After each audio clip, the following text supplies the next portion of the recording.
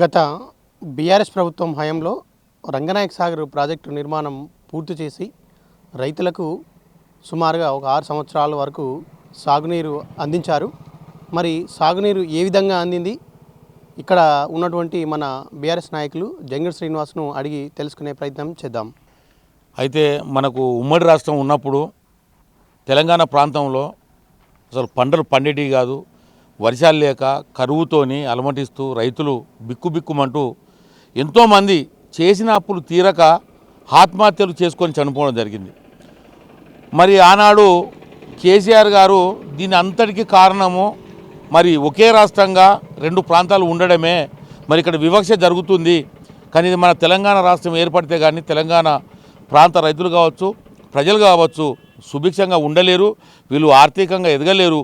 మనల్ని వాళ్ళు వంచి మోసం చేస్తారు ఆంధ్ర వాళ్ళు, మరి రాయలసీమ వాళ్ళని చెప్పి అప్పుడు మరి 2000 సంవత్సరంలో మరి తెలంగాణ రాష్ట్ర సాధన కోసం ఉద్యమం చేపట్టి మరి ఒక 10-15 సంవత్సరాలుగా ఉద్యమం చేసి మరి ఆ యొక్క ఉద్యమాన్ని మరి ఢిల్లీ మెడలు వంచే విధంగా మరి అంత తీవ్ర రూపం దాల్పించి మరి చివరికి 2014లో ఈ తెలంగాణ రాష్ట్రాన్ని ఏర్పాటు చేసి మరి తెలంగాణ రాష్ట్రానికి తొలి ముఖ్యమంత్రిగా కేసీఆర్ గారు మరి పదవి బాధ్యతలు చేపట్టిన తర్వాత మరి ఆయన నాయకత్వంలో ఇరిగేషన్ మంత్రిగా, నీటిపారుదల శాఖ మంత్రిగా హరీష్ రావు గారు, మరి రాష్ట్ర ముఖ్యమంత్రిగా కేసీఆర్ గారు ఒకే ఒక సంకల్పాన్ని తీసుకున్నారు. తెలంగాణ ప్రాంతం సస్యశ్యామలంగా ఉండాలి అని అంటే తెలంగాణ రైతులకు 2 పంటలు పండాలి. 2 పంటలు పండినట్లయితే సమృద్ధిగా పంటలు వచ్చినట్లయితే రైతులతో పాటుగా తెలంగాణ ప్రాంతం, తెలంగాణ ప్రజలు సుభిక్షంగా ఉంటారు. దేనికైనా కూడా రైతు పండించేటువంటి పంటలే మరి రాష్ట్రానికి కావచ్చు, కుటుంబాలకు కావచ్చు ఒక వెన్నుదన్ను. కాబట్టి త్వరితగతిన ఈ యొక్క నీటి ప్రాజెక్టును పూర్తి చేయాలని చెప్పి అప్పుడు కాళేశ్వరం నుండి దాదాపుగా 135 కిలోమీటర్లు 135 మీటర్ల ఎత్తు ప్రాజెక్ట్. ఇది ప్రపంచంలోనే ఎవ్వరు కూడా కని విని ఎరగనటువంటి ప్రాజెక్టు, ఎవరు కూడా చేయలేనటువంటి సాహసం ఇది.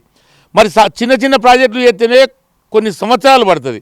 అలాంటిది ఈ యొక్క పెద్ద ప్రాజెక్టును తీసుకొని కేవలం 5 సంవత్సరాల వ్యవధిలోనే ప్రాజెక్టును పూర్తి చేసి మరి ఇక్కడ మన ప్రాంతానికి వస్తే అన్నపూర్ణ, మా ప్రాంతం ఏదైతే ఉందో ఈ మా ప్రాంతంలో అన్నపూర్ణ ప్రాజెక్టు ఉంటుంది, మాకు రంగనాయక సాగర్ ప్రాజెక్టు ఉంటుంది, పోతే మల్లన్న సాగర్ ఉంటుంది, కొండపోచమ్మ ఉంటుంది.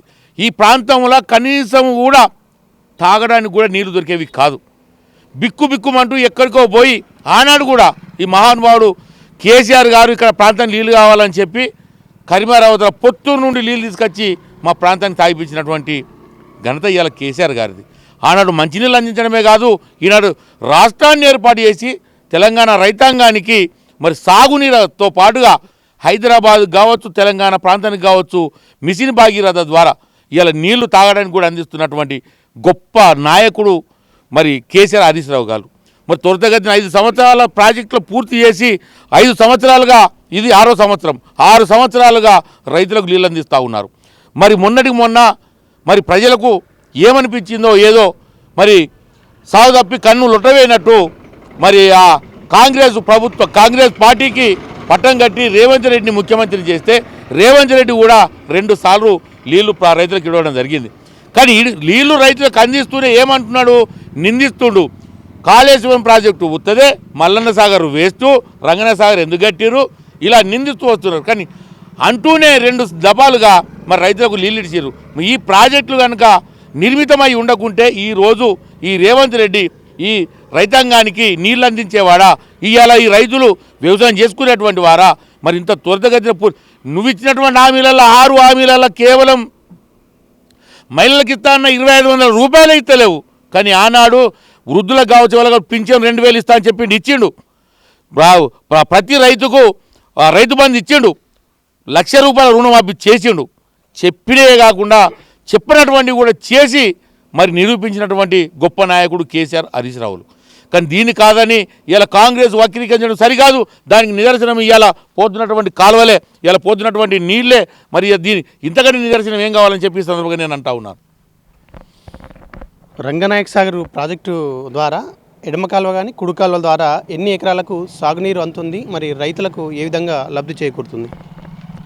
ఇప్పుడు దాదాపుగా ఒక రంగనాయక సాగర్ నుంచే ఇక్కడ రంగనాయక సాగర్ చిన్న కోడూరు, చంద్లాపూరు, చౌడారము, మేడిపల్లి, చిన్నకోడు మండలం మొత్తగా దీంతో పాటుగా సిరిసిల్ల వరకు ఈ నీళ్లు ఇక్కడి ప్రాంతానికే కాకుండా సిరిసిల్ల వరకు నీళ్లు పోతున్నాయి.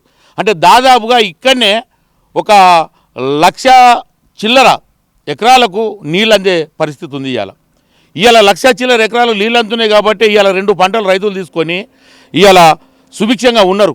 ఇవాళ ఆత్మహత్యలు లేవు. మళ్ళీ ఇవాళ కాంగ్రెస్ ప్రభుత్వం వచ్చిన తర్వాత 40 ఆత్మహత్యలు జరిగినాయి. మొన్న కౌలు రైతు కూడా ఆత్మహత్య చేసుకున్నాడు. అంటే ఈ ప్రభుత్వానికి రైతుల పట్ల ఎంత చిత్తశుద్ధి ఉంది అనేది మనకు ఏర్పడుతూ ఉంది. ఇవాళ రైతులు పట్టించుకున్నటువంటి పాపాలని ఓలే ఒక్క హామీ కూడా నెరవేర్చినటువంటి వాడు ఇవాళ రేవంత్ రెడ్డి ఇవాళ బీఆర్ఎస్ పార్టీని నిందిస్తూ ఉండు. ఇది సరికాదని చెప్తా ఉన్నాం మేము. దీనికి నీకు సాక్ష్యం ఇదని చెప్తా ఉన్నాం. గత బీఆర్ఎస్ ప్రభుత్వం హయాంలో అంటే తెలంగాణ రాష్ట్రం రాకముందుకు ఉమ్మడి ఆంధ్రప్రదేశ్లో ఉన్నటువంటి ఈ తెలంగాణ రాష్ట్రం ఎంతోమంది రైతుల ఆత్మహత్యలు మరి ఎటు చూసిన కరువుగా ఉండేది.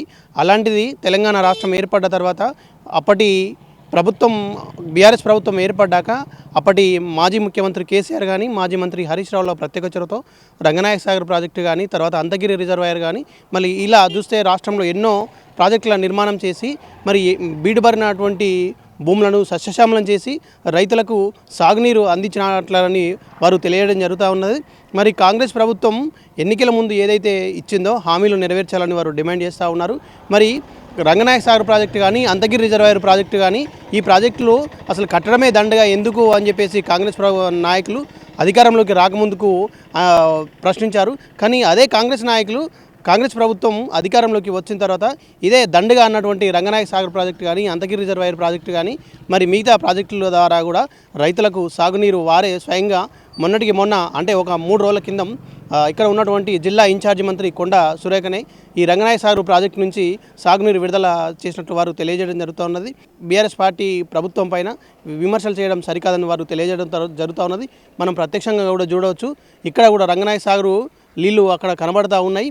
మరి అప్పటి మాజీ ముఖ్యమంత్రి కేసీఆర్ మాజీ మంత్రి హరీష్ రావుల ప్రత్యేక కృషితోనే ఈ ప్రాజెక్టులన్నీ పూర్తి అయ్యి మరి రైతులకు సాగునీరు అందుతుందని వారు తెలియజేయడం జరుగుతూ ఉన్నది.